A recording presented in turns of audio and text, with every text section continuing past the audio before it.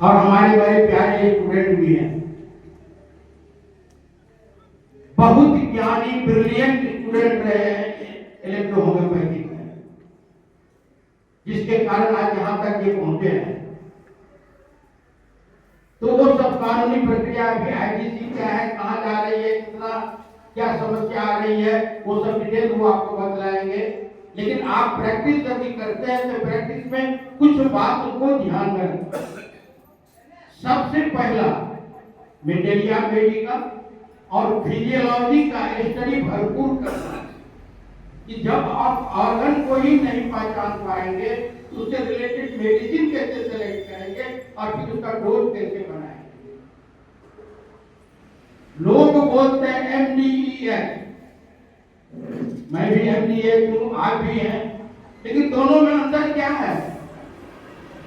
हम आज से 45 साल पहले एमडीएस किए, अब आज किए, कि बीच का जो एक्सपीरियंस होता है ना, यही सीनियरिटी का होता है।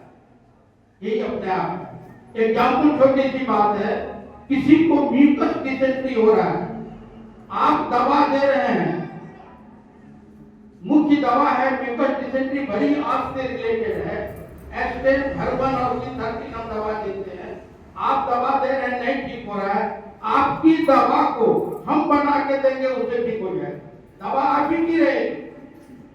तो यही है डोजोलॉजी, क्योंकि एस्टेन एक ऐसा मेडिसिन है जब हम मुंह में डालते हैं उसका फंक्शन वहीं से शुरू हो जाता है।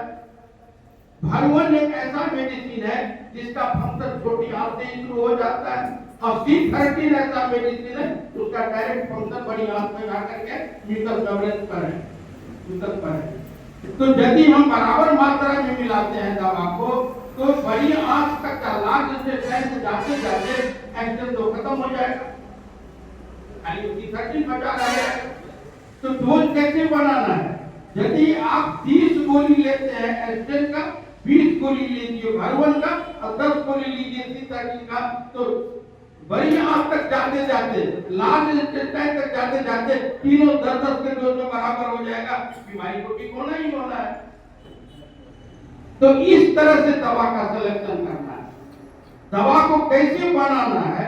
मान लीजिए कि फिजियोलॉजी की स्टडी नहीं है हमारे पास में, कोई पेशेंट आपके पास आ गया, बोलते आंख से पानी गिरता है, बहुत ज्यादा डिस्कस करने की जरूरत नहीं है पेशेंट से, ये डिस्कस तो आपको करना है अपने माइंड में, ये आंख से पानी क्यों गिरा, तो हम क्या डायग्नोसिस करेंगे?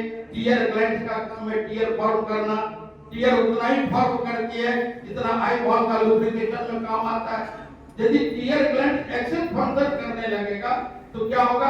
ओवरफ्लो होकर के बाहर गिरेगा, यही तो बीमारी है। तब टीयर ग्लैंड का ओवरफ्लो हो रहा है, पॉजिटिव वर्क हो रहा है, ये पॉजिटिव डिजीज हो गया, पॉजिटिव फंक्शन हो गया। अब टीयर ग्लैंड से रिलेटेड मेरा जो दवा होगा उसको नेगेटिव डोज में दवा को देंगे, टीयर ग्लैंड के फंक्शन को बैलेंस करेंगे, आपसे पानी गिरना बंद होगा।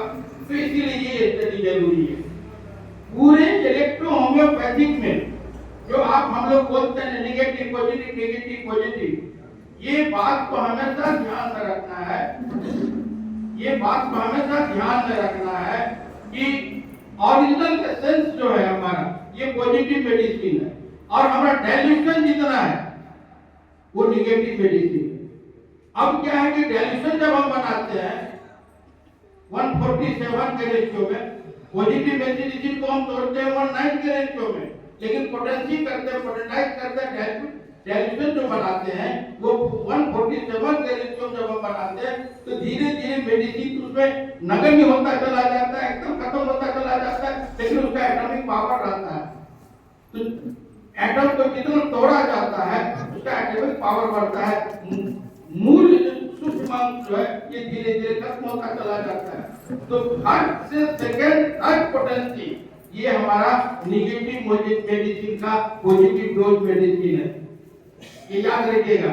फर्स्ट सेकंड और थर्ड डाइल्यूशन जो है ये हमारा नेगेटिव मेडिसिन का ये पॉजिटिव डोज कहलाता है, और उससे ऊपर जाते हैं तो धीरे धीरे और नेगेटिव होता चला जाता है। मान लीजिए कोई क्रोनिक बीमारी है, सिद्धांत से हम कहते हैं क्रोनिक बीमारी से भी पॉजिटिव होता है, लेकिन उसमें जो नेगेटिव फंक्शन हो रहा है तो बीमारी तो नेगेटिव भी हो रहा है, तो वहां यदि निगेटिव बीमारी में पॉजिटिव डोज की जरूरत होगी तो उसमें इसी जगह में थर्ड सेकंड थर्ड पोटेंसी का वहां पर प्रयोग होगा। तो दवा को समझना, जब भी कोई डायग्नोसिस कीजिए, कोई बीमारी आपके सामने आता है तो फिजियोलॉजी के मुताबिक आप ऑर्गन का डायग्नोसिस कर लीजिए, कौन ऑर्गन इन्वॉल्व है, उस ऑर्गन से रिलेटेड जो मेडिसिन हमारे पास है उसको ले लीजिए, उस मेडिसिन से रिलेटेड एक ऑर्गेनिक मेडिसिन ले लीजिए और एक ब्लड रेमेडी ले लीजिए और तब सही डोज बनाइए। बीमारी कैसे नहीं ठीक होगा? ऐसी कोई बीमारी नहीं है जो हम इलेक्ट्रोहोम्योपैथी से ठीक नहीं कर सकते हैं। आज के समय में बहुत सारे पेटेंट दवा सब बन रहा है। पेटेंट दवा इलाज के लिए आसान है, इजी है, लेकिन नॉलेज के लिए इजी नहीं है। अरे वो जो कंपनी पेटेंट बना रही है ये तो उसका नॉलेज है, मेरा अपना नॉलेज तो नहीं हुआ। ये हुआ नॉलेज।